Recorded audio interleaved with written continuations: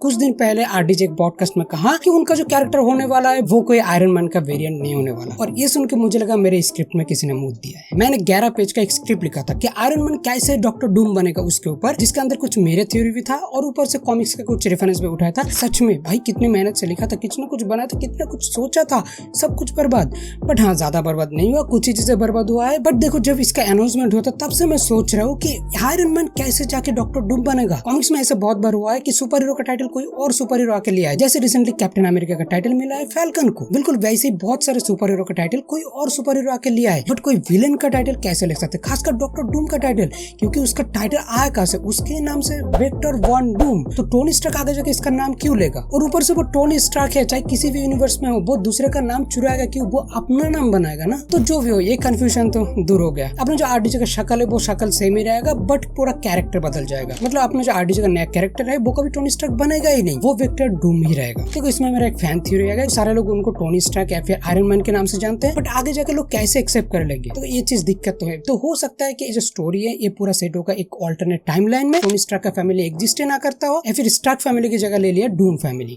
मतलब सारी चीजें सेम तो रहेगा, बट नाम बदल जाएगा। जहाँ पर वो स्टार्क इंडस्ट्री हुआ करता था वही पर डूम इंडस्ट्री रहेगा, और विक्टर का काम ही तो नल्ला बनना।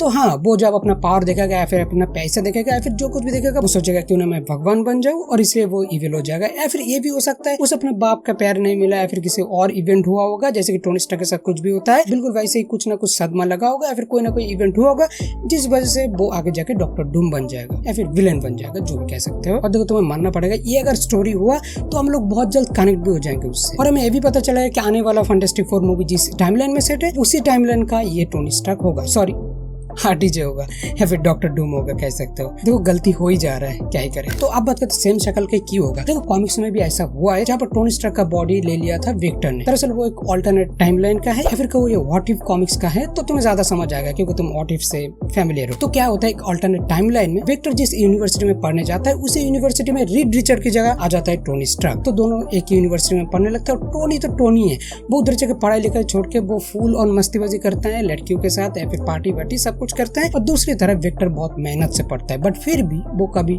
टोनी स्टार्क से आगे जा ही नहीं पाया। लिटरली टोनी तो इधर मस्ती मजाक करता है, पर फिर भी वो हमेशा विक्टर से आगे रहता है, जिस वजह से विक्टर हो जाता है जेलिस और फिर जग जाता है उसका नल्लापन। तो वो सबसे चुप के एक मशीन बनाता है, जो कि वो हमेशा करता है। टोनी से दोस्ती भी कर लेता है, कहता है तुम मेरे साथ आओ, मैं तुम्हें एक चीज दिखाऊंगा, मैंने एक चीज बनाया है। और टोनी तो उसे दोस्ती मानता है, तो चला जाता है उसके साथ। और फिर वो उसे अपना मशीन दिखाने लगता है, कहते हैं इससे तुम इनविजिबल हो सकते हो या फिर टेलीपोर्ट कर सकते हो। देखो, ऐसा ही कुछ था, मेरे दिमाग में आ नहीं रहा, तुम्हें पता है तो बता देना। टोनी हमेशा टेक्नोलॉजी में इंटरेस्ट दिखाता है, तो वो कहता है तुम मेरे ऊपर ही एक्सपेरिमेंट कर लो। और विक्टर तो यही सुनना चाहता था और उस पर ही एक्सपेरिमेंट करता है, और जिससे इन दोनों का बॉडी स्वाइप हो जाता है। और ये चीज विक्टर जानबूझ के किया है। उसके बाद टोनी चला जाता है विक्टर की बॉडी में, और टोनी की बॉडी में आ जाता है विक्टर। और विक्टर टोनी का नाम और शक्ल इस्तेमाल करके बहुत गंदा गंदा काम करता है। वो हर चीज करता है, अपना नल्लापंती करता है, अपने लिए सूट भी बनाता है बिल्कुल आयरन मैन जैसे। और उसे रोकने वाले जितने भी लोग सामने आते हैं उनको वो मार देता है। वो हावर्ड स्टार्क को भी मार देता है, मतलब अपने बाप को, उसके बाप तो है नहीं, वो टोनी का बाप है, पर फिर भी उसे मार देता है। और स्टार्क इंडस्ट्री भी पूरा बर्बाद कर देता है, उसका नाम खराब कर देता है, मतलब कहो कि स्टार्क इंडस्ट्री को पूरा खत्म कर देता है। और दूसरी तरफ विक्टर में फंसा हुआ टोनी, जिसका याददाश्त चला जा चुका है, और ऑब्वियसली विक्टर ने किया जानबूझ के। और टोनी खुद को विक्टर ही मान लेता है, और उधर वो यूनिवर्सिटी में पढ़ाई वढ़ाई करता है, और आगे जाके कंपनी खोलता है, जिससे वो नाम शोहरत फेम बहुत कुछ कमाता है। और अपने लिए वो सूट भी बनाता है बिल्कुल डॉक्टर डूम जैसा, बट उसका कलर अलग होता है। बट वो कभी फाइट के लिए नहीं बनाया था, बट ऐसे शौक में बनाया था, या फिर ऐसे मन किया होगा इसलिए बनाया था। और ये सारी चीजें विक्टर को पता चल जाता है। फिर वो अपना सूट पहनता है और निकल पड़ता है टोनी को मारने। ऑब्वियसली इतना कुछ किया वो जीतने के लिए, फिर भी वो हार ही रहा है उससे। जिसके बाद दोनों के बीच घमासान फाइट होता है, और जबकि विक्टर की सूट बहुत पावरफुल होता है, तो पूरा फाइट वो डोमिनेट करता है, बट इन द एंड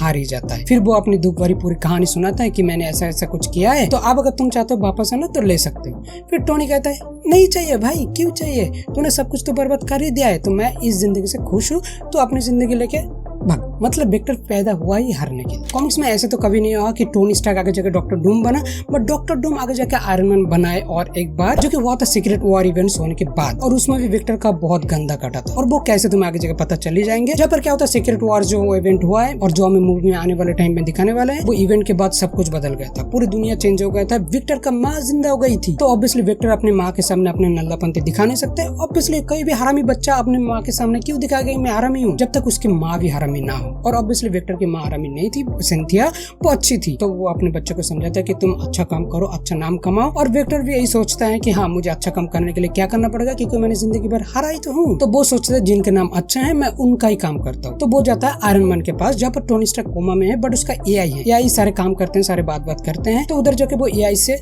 कहता नहीं, डायरेक्ट आयरन मैन का सूट छीन लेता है और वो खुद पहन के निकल पड़ता है अच्छा काम करने के लिए। देखो तुम्हें और एक फैन फैक्ट बता देता हूँ, इधर हमें कॉमिक्स में टोनी स्टार्क का जो एआई दिखाया गया है बिल्कुल सेम एआई हमें एंड गेम मूवी की एंड में भी दिखाया गया था। अभी तक इसका इस्तेमाल इसलिए नहीं हुआ क्योंकि आरडीजी को तो कास्ट किया ही नहीं था, वो बहुत पैसे मांग रहा था और ऊपर से उनका आने का मन भी नहीं था।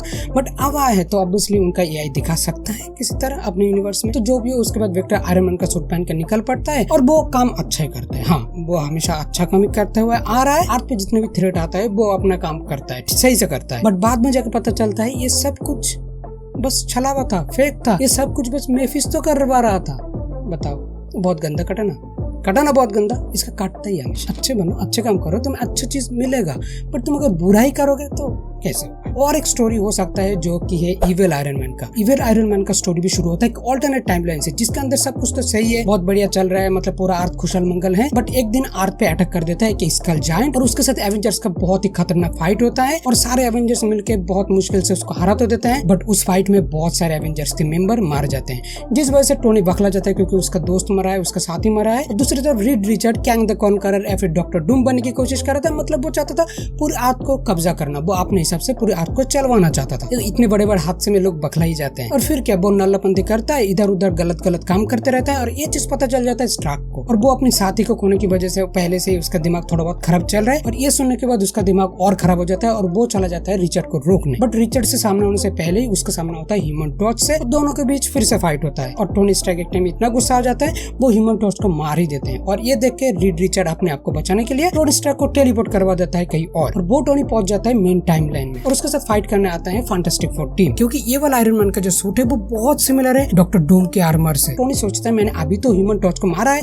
तो ये दोबारा जिंदा कैसे हो गया। तो वो समझ जाते हैं कोई और ही टाइम लाइन है और वो अपने आप को दिखाता है कि देखो भाई तुम जो सोच रहे हो मैं वो नहीं हूँ, मैं तो टोनी हूँ, मैं तो अच्छा इंसान हूँ। और ये देख के वो लोग थोड़ा कंफ्यूज हो जाते हैं और टोनी मौका देख के उधर से भाग जाता है और वो अपने शाकलर नाम का इस्तेमाल करके इधर उधर से चीजें चुराता है और एक डिवाइस बनाने की कोशिश करता है ताकि वो अपने यूनिवर्स में वापस जा सके। और लगभग वो डिवाइस कंप्लीट हो ही जाता है और तभी कुछ एवेंजर्स का मेंबर उसे पकड़ लेता है और कैद कर लेता है, जिस वजह से वो हो जाता है बहुत गुस्सा और वो उधर के और एक कैदी की मदद से उधर से भाग जाता है। और वो दूसरा कैदी कौन है मैं नहीं बताने वाला, क्या पता आगे जाके काम आ जाए। और उधर से भाग के वो बहुत गुस्से में आ जाता है। वो सोचता है मैं अपने टाइमलाइन में नहीं पहुंच पाया तो मैं ये टाइमलाइन को पूरा बर्बाद कर दूंगा, खत्म कर दूंगा सब कुछ जैसे मेरे यूनिवर्स में हुआ है। तो वो उसी कैदी की मदद लेके एक बहुत ही पावरफुल आर्मर बनाता है और ऐसा आर्मर जो कि पूरी एवेंजर्स टीम को बीट करवा सके। लिटरली बहुत खतरनाक था और वो आर्मर पहन के तबाही मचाता है, पूरी अर्थ में तबाही मचा देता है, जिस वजह से क्रिएट हुआ evil iron man. Video edit करते टाइम मैंने देखा, मैंने एक पॉइंट तो मिस कर दिया। एमसीयू में हमें जो मूवी दिखाया जाता है वो एकदम कॉमिक्स से एक्यूरेट तो बिल्कुल नहीं होता। वो कॉमिक्स का कुछ मेन इवेंट उठाता है और उसको थोड़ा बहुत फेरबदल करके स्टोरी में थोड़ा बहुत चेंज वेंज करके फिर हमें दिखाया जाता है। तो हो सकता है डॉक्टर डूम का जितने भी कांड है उसमें से कुछ भी उठा के हमें कुछ भी बनाकर दिखा सकता है या फिर कॉमिक्स के कहीं से भी उठा के